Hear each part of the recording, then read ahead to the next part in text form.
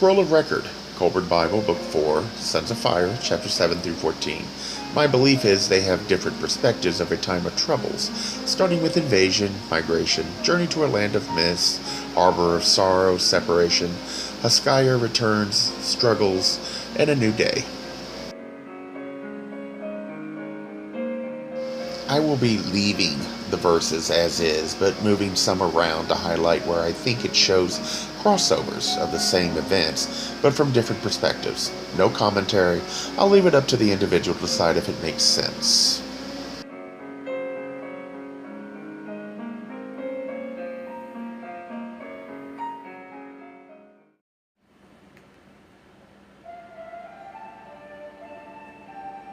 SOF 818. Men have come in ships from the land of the sons of fire, who are brothers. Alman the scribe and Korah the builder came. Hezekiah, who is the man mighty in battle, having gone from us, brought them here by Kedaris. SOF 1337. Many died in the harbor of sorrow, for it was a place with a curse upon it, which caused an evil sickness. The sons of fire came with Hezekiah and saved them, and they came to this place and built a city. Lebron, the son of Koreb, was governor. SOF 819. Of the sons of fire, there are 400, but few are fighting men. They are not men of valor. They are men of the sea and cultivators, and men who trade. There are builders among them, and men skilled in the ways of wood and stone, for they came to establish a city in this place. SOF 820. This, the kingdom of the trees, is no place for a city. Trees shut us in and hold us captive. They conceal those who lie in wait to do us harm. A house is built and trees take over the roof, and plants creep over the walls. Corn is planted and rots, while weeds smother others growing food. Grayness is everywhere. Even the face of the sun is pale here. SOF 821. Men shiver without heat, and the air is not pure and mixed with water. Wild dogs lurk among the trees, to tear the unwary to pieces. There are few stones, and they are covered with slime. The wild fruits and herbs are poisonous, and men have died, eating them. The wild men in this place eat their own children, and anoint their bodies with the fat of the dead. There is a race of men with great hairy bodies, and the heads of dogs who carry children off to feast on them.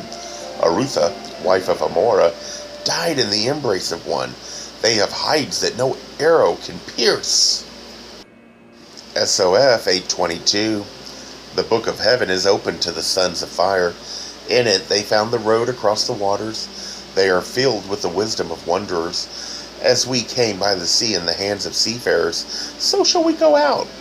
We long for the welcome omens of the shining arrows of the night.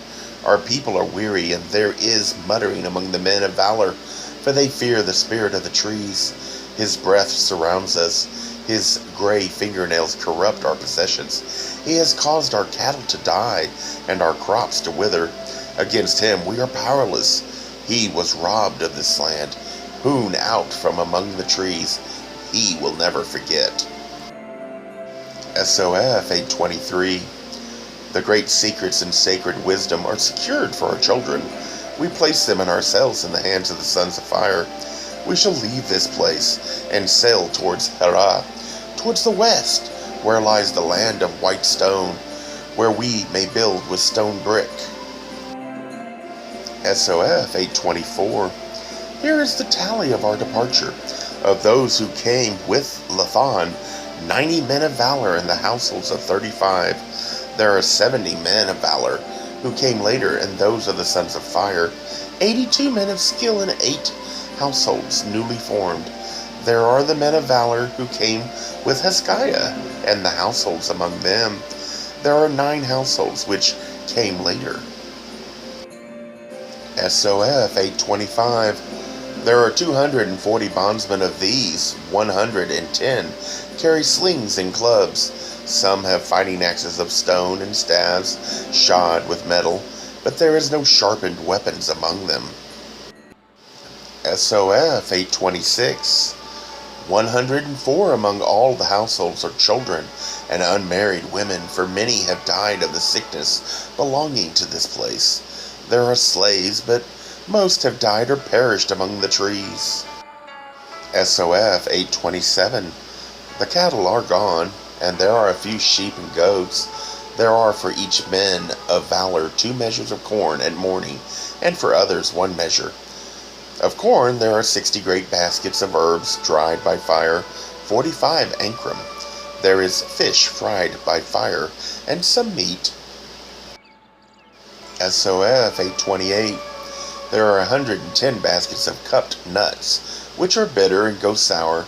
The men of the trees eat them, and for such people it is proper food. There are narad nuts, which grow in this place, sweet but not stomach-filling, and nuts which are good for cakes in quantities. SOF 829. There is much weapon, metal melted down, and gold and silver in pieces. There are all kinds of tools for the men of skill, and much pottery in the households. But much has gone to the men of the trees, and of cloth there is little, and men are clothed in skins and the woven fiber of plants. SOF 1418. The city was built and finished with a wall, which was 2 walls of wood with soil between. Men came in ships with cloth and pottery, with things of metal and shells and beads. The barbarians gave much for cloth dyed scarlet, for their tree blue is not fast in cloth. Scarlet is made nowhere except in the land of the sons of fire, where a white fish turns scarlet under the warmth of the sun. Men say that those who bring the scarlet cloth declare it to have been found in this manner. A man was out hunting with his dog, and while they walked along the strand, the dog caught a fish which it carried to its master. In its mouth the man saw a scarlet stain on the dog's mouth, and wiped it away with a piece of linen. When the color could not be withdrawn from the cloth, it was taken to a dyer, who sought out the thing that had made it.